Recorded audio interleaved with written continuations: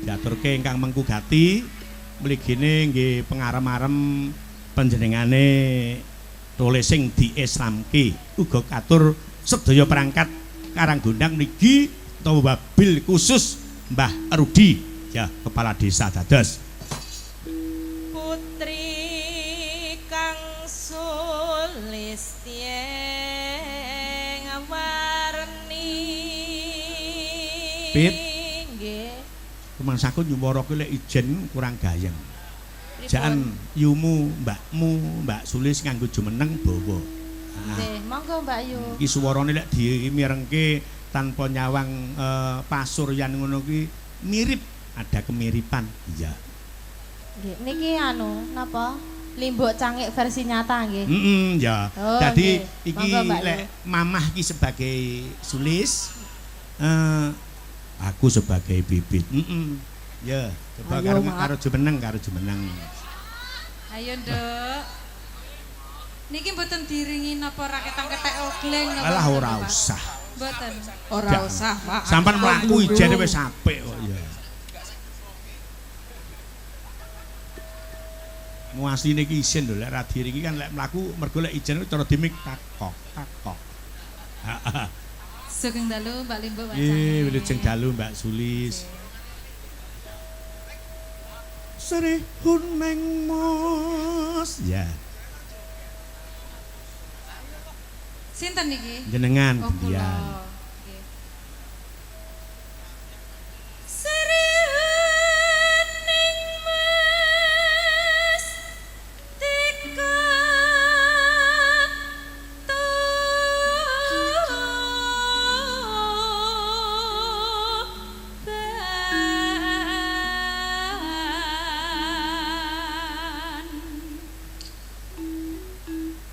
putra Kanjeng Sira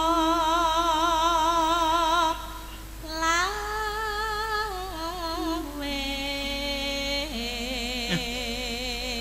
aku ki anggere nyawang pipit iki le nyuwara pasuryane ning ngarepe niyaga bareng bokonge kok ning mburi kelir lho lah tebih sanget no saking gedine aku yang tekan ngomah bar mayang ini tak ngen teko ibumu bu aku jan lek gagas pipit ki sok ya bingung lah ngopo ya lek golek cawet lho seneng ngendi ngono iki lek ya bingungke to ya wonten pesen heeh Ukurane apa to, Pit? Nggon mobil. sing ukuranku kuwi lah digeret motor kok kono sampai kok kene enggak sujune ndak jepret itu ning hati-hati lho Pit nggih le nyeleh cawet iki ning dalem iki aja kok doko ana ngarep aku tak pikir kok nek anduk segene gedine lah jenengane mboten tangklet riyen nek roro iki anduk ya Pit dadi damel raup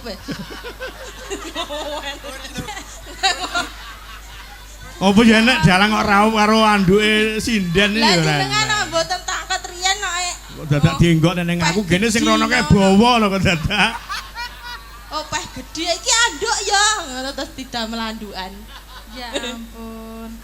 Ambune pripun niku, Pak? ah serambut oh wangi yo tas kula cuci yo jereng ning ngemper nek memeane nganggo genter ya Monggo. tak perang gembet jane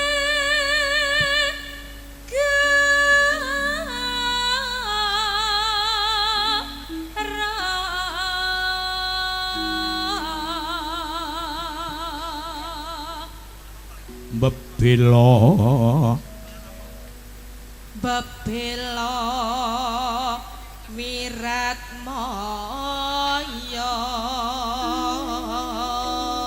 Bagus.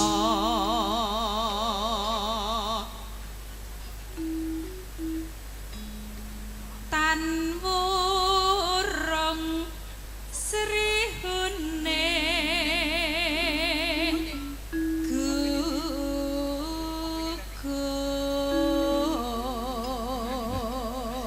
Becaki cuman senengane cengkok sangka ngisor kok.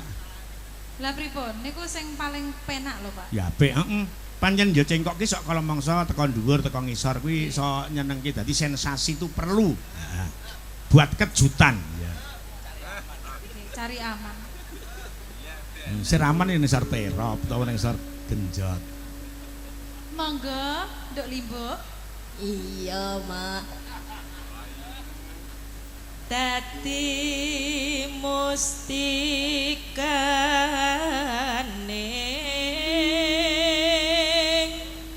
Tuban.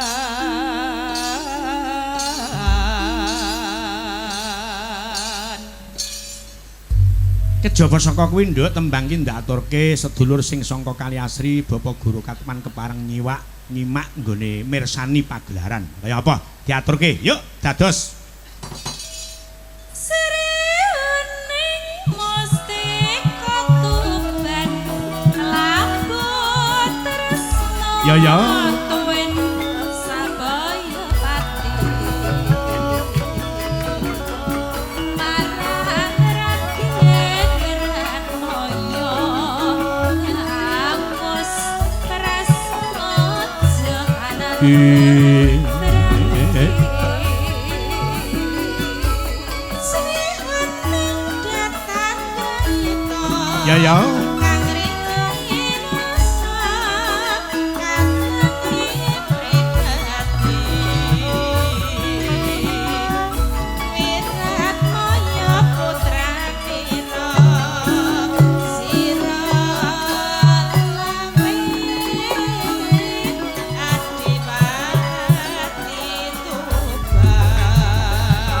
Sri kuning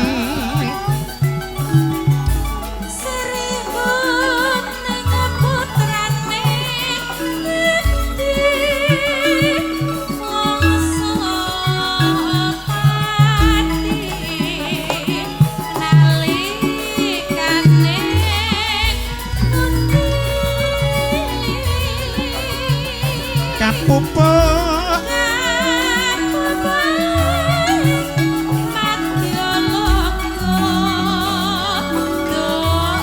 agung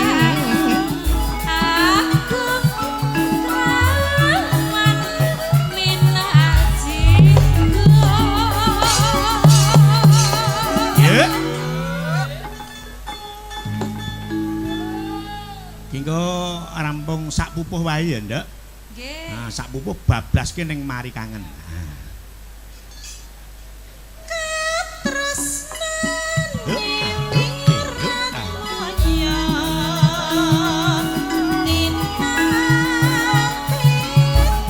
Ya.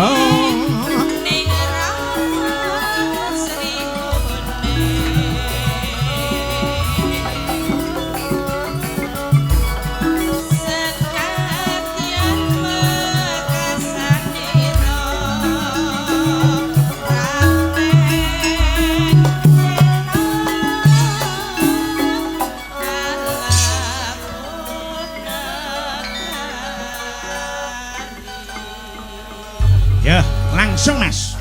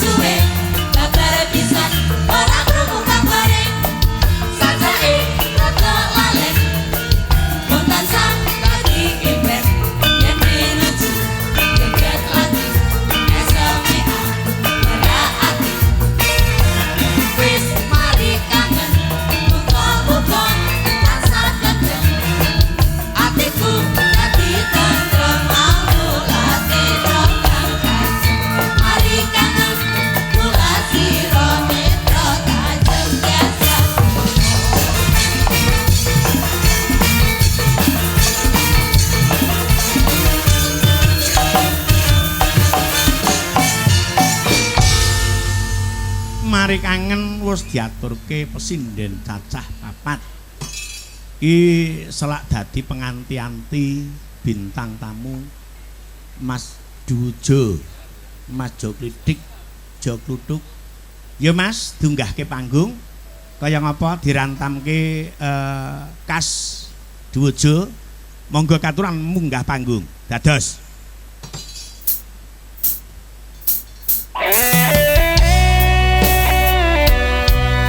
Sekar Gadong Indonesia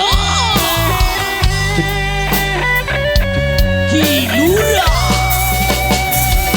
Minto Darsono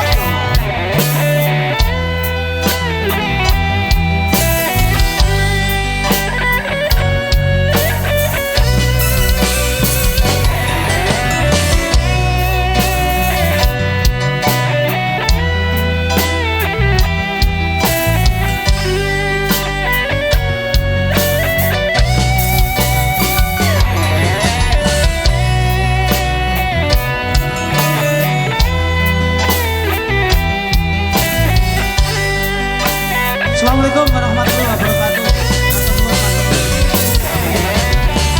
Sugeng dalu Mas Minto. Sugeng dalu.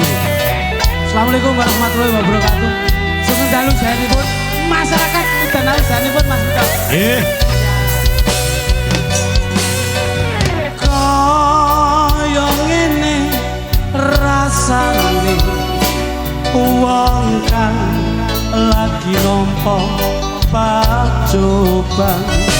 Ya wis tak trimake terus sing lair batin iki nanging aku isih ora mangerteni.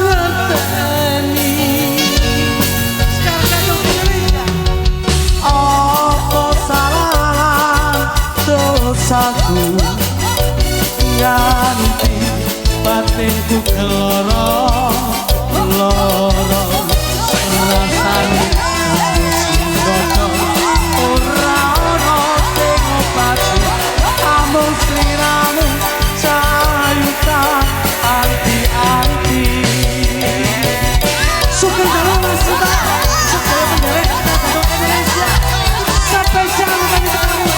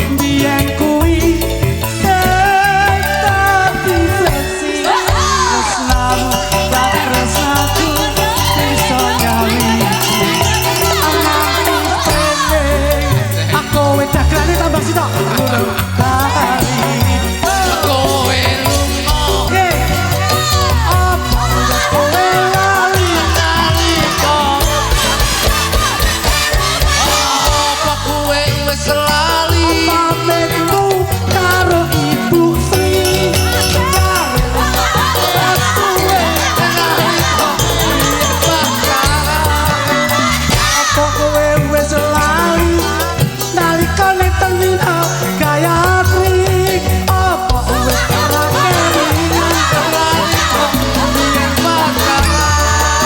pamit lunga golek bareng mulai wis gawa gandengan barengmu ayo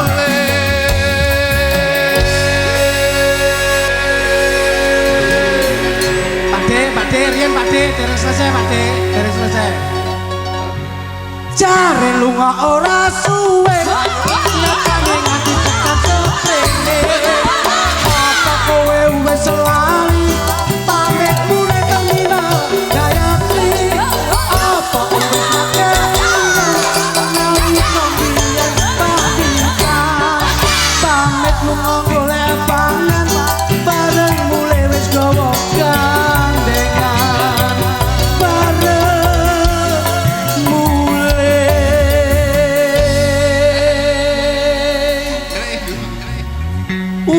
wis ora kelingan.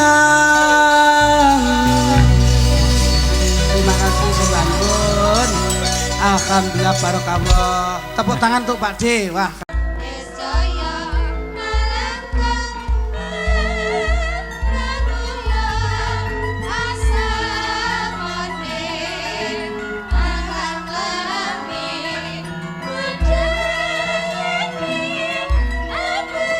Tanjung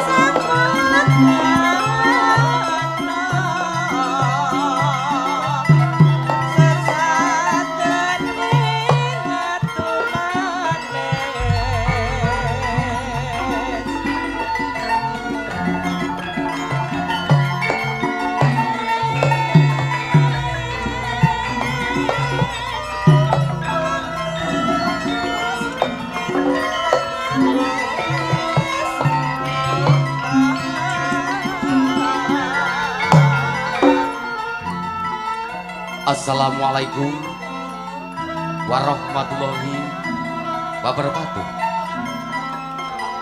Sugeng dalu para bopong disepuh, aji sepuh ingkang kinurmatan. Sugeng dalu Bapak Kepala Desa sak perangkatipun Karanggondang ingkang kula hormati. Sugeng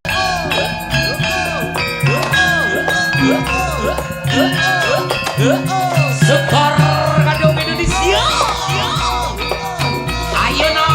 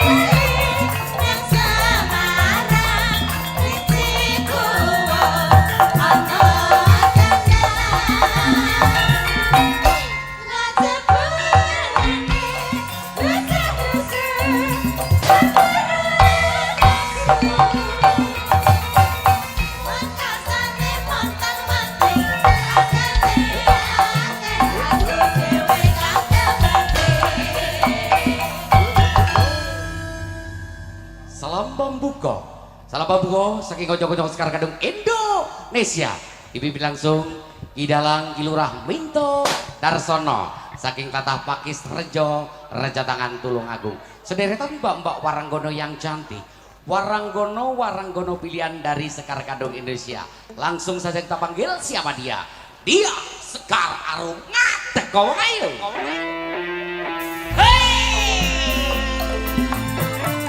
Sekar Gadung Indonesia. Ayo no.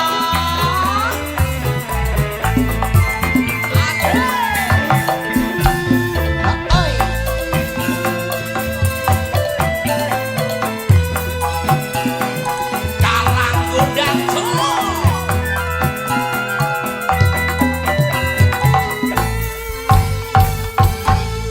Selamat malam Sugeng Dalu Mbak Dia. Sugeng Dalu Om Gembos. Alhamdulillah wong ayu. Ajik. Bengi ki awake dhewe tinimbalan Bapak Solikin. Bapak Solikin. Ibu Maria.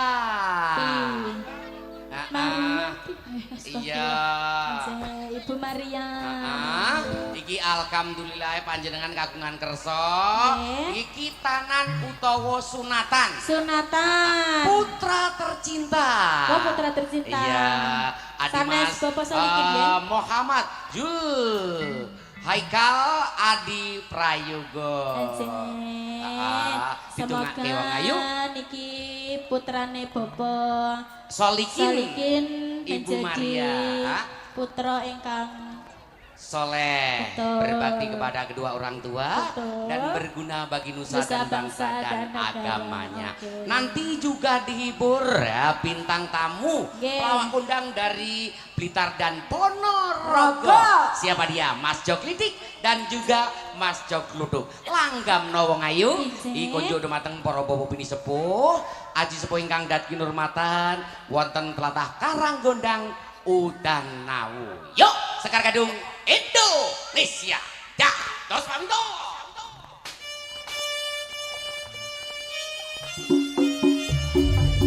Sarang-sarang Sekar Gadung Indonesia.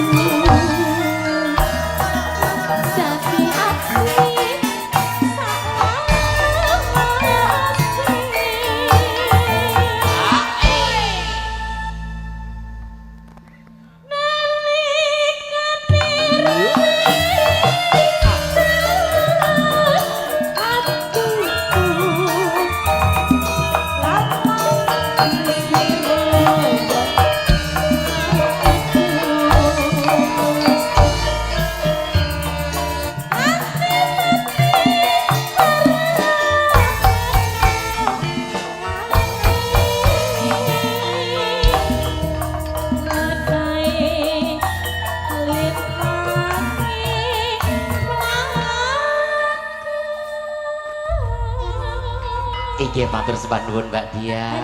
Tembang ya, satu tembang yang keren, super khusus Mas Andi Prayogo yang dikitan untuk malam hari ini, semoga terhibur dan terhibur. Langsung saja kita panggil siapa dia?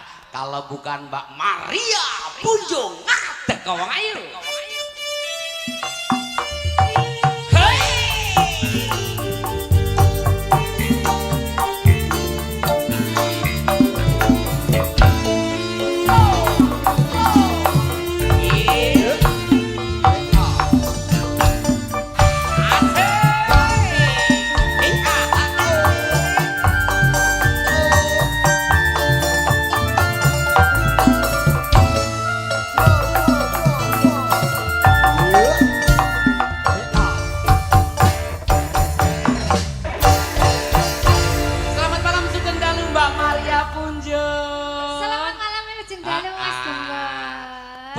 Dalu niki ngitanaken putrane ya Bang Ayu. Siapa? Oh, Mas Adi Prayogo. Putranya siapa? Mbak Maria tapi tidak ada punjungnya. Oh gitu, sama. Sama kayak aku ibunya tadi Iya. namanya Maria. Mbak. Nek sing gadah damel menika Maria mboten damel di. Lek kula Mariati. Maria Dian Kunjung. Oh, Maria Dian Iya. Kunjung. Iya. Alhamdulillah fan-fan Sekar Gadung bengi ki rawuh sedaya wong ayu. Lajeng dalu sedaya kemawon nggih. Nggih. Yang dari Besuki Udanawu hadir. Pasukan dari Bapak Haji Lombok juga hadir. Mas Edi Keces. Pak Kunti juga ada. Pak Kunti ndak ketinggalan, Pak Duro, Pak Haji semuanya. Tapi karo Pak Kunti mau bokong ndak didulek lho. Apa gampang dulek bokong Pak Kunti? Iya. Oh, lho beda kalau Pak Duro, urung kuwi. Pak Kunti senengane dulek bokong, Pak Duro andinge. Iya. Oke, Mas Gembos. Nggih. Di suasana yang masih dalam suasana Idul Fitri Idul ya. Fitri ya. Ini keluarga Sekar Gadung mengucapkan minal aidin wal faidin. Mohon maaf lahir dan batin. Mbok menawi ada salah-salah kata pada saat guyon ngoten menika. Betul, nggih. Mohon dimaafkan ya Pak Bu nggih. Nggih. Fan-fan Sekar Gadung ini nak. Piye Mas? Pak Duro, Pak Kunti kabeh ki enek sing seneng karo sinden, diseneng kabeh sinden-sinden ki. Tapi kleru. Klerune piye Mas? Kleru. Ha, upama seneng karo petani. Pak Tani kan senengane nyangkul. Kuwi sing ngapal tangane. Ya. Iya toh. Upama seneng karo sopir, kuwi sing ngapal mesti yo tangane. Upama seneng karo sinden, padahal sinden ki sewengi utuh kuwi ndorong linggo. Sing ngapal apane Mas? Ya bokonge. Preyo kleru to nak. Yo kok kleru. Bokonge sinden ki watos-atos. Atos wis kaya bokong kethek kae. Mas tak njaluk sepura lho. Iya. Bokong kethek lho. Iya, beruk deh kok kethek. Iya. Wong tas njaluk sepura lho kok ya wis ngelok neneh lho. Awake dhewe gawe neh. Oh ngono yo. Iya. Ya wis. Iki kunjuk dumateng Bapak Kepala Mas Desa. Aris, Bapak Kepala Desa Rudi. Bapak Rudi nggih Dan juga perangkat desa Karanggodang. Udah namung nggih kan. Ya, paringono langgam wong ayu. Iya. Kunjuk dumateng Bapak Kepala Desa dan juga perangkat desa Karanggondang tercinta. Nggih, nanti Bapak Ibu juga dihibur pelawak kondang Jawa Timur. Siapa dia? Kalau bukan Mas Jo Klidik dan juga Mas Jo Klutuk. Yo, Sekar Gadung Indonesia. Dados pamito. Nggih, langgam ngenteni nggih Mas Wanto nggih. Langgam to Mas? Cocok. Aku manut to karo sampean. Manut no somben melo aku. Aku pokoknya sapa sing duwe duit tak nut. Iya. Nek gak duwe duit ya gak. Gak. Monggo.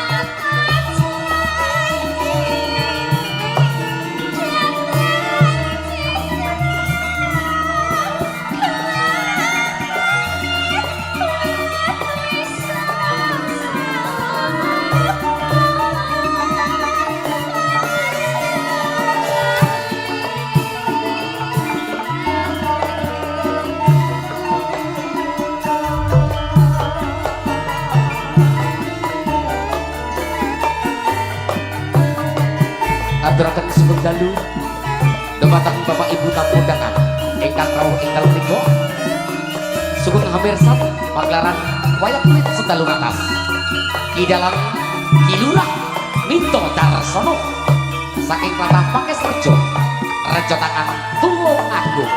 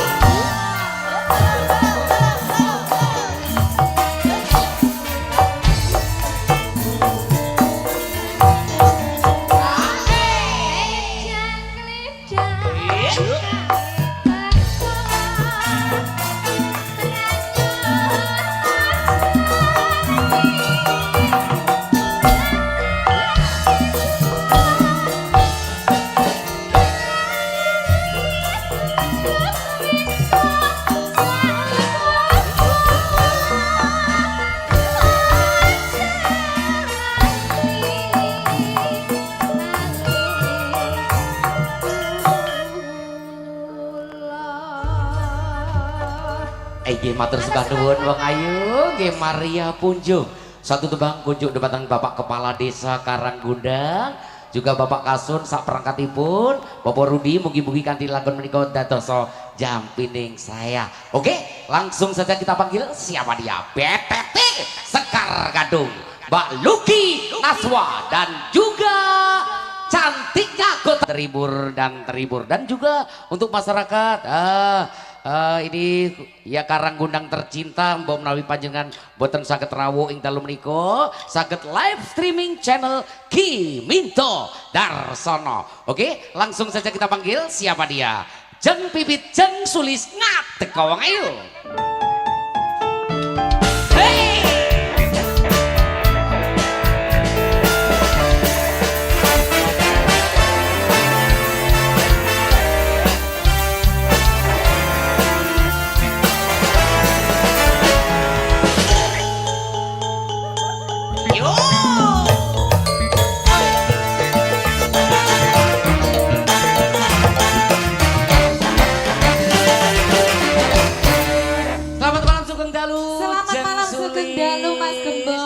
Selamat malam Sugeng Dalu Jeng Pipit. Dalu Pak Mbak. Iki wong loro iki. Iya, Mas. Iki enek fan berate awake dhewe. Sapa lho Mas? Neng ngendi-ngendi rawuh.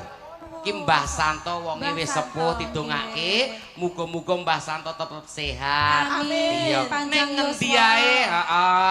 Iki Mbah Santo rawuh. Iki nyuwun gending wong ayu, heeh. Ninggal katresna.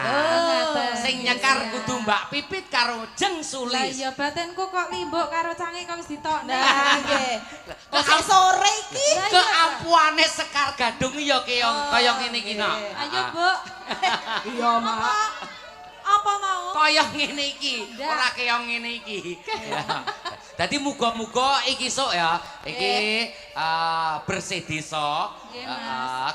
Kene iki muga-muga ya panggah nimbali kanca-kanca sekar Amin. Gadung. Amin. Nggih, mula ya nderek dedonga kagem desa Karanggondang.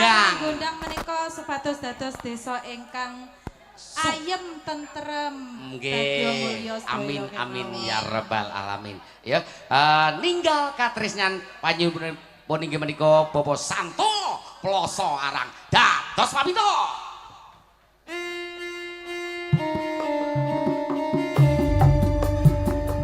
Ngaturaken sugeng dalu dumateng Mbah Santo. Bapak Mujiran. Matur sembah nuwun Mbah Mujiran. Pasukan dari Blitar.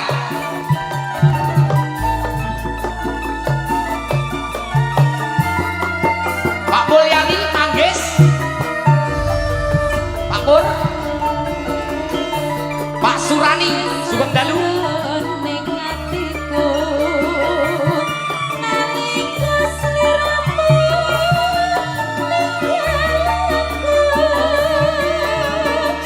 apa sliramu ora krasa aku kudu sambat karo sapa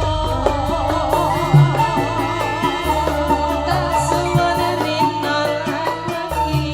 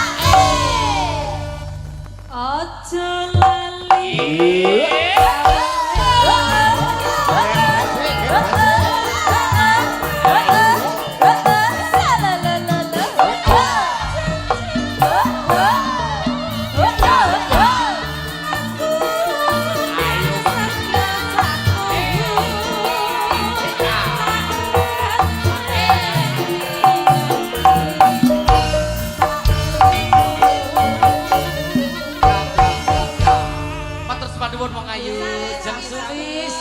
Iki matur sepaduwun jeung Pipit. Panjuwun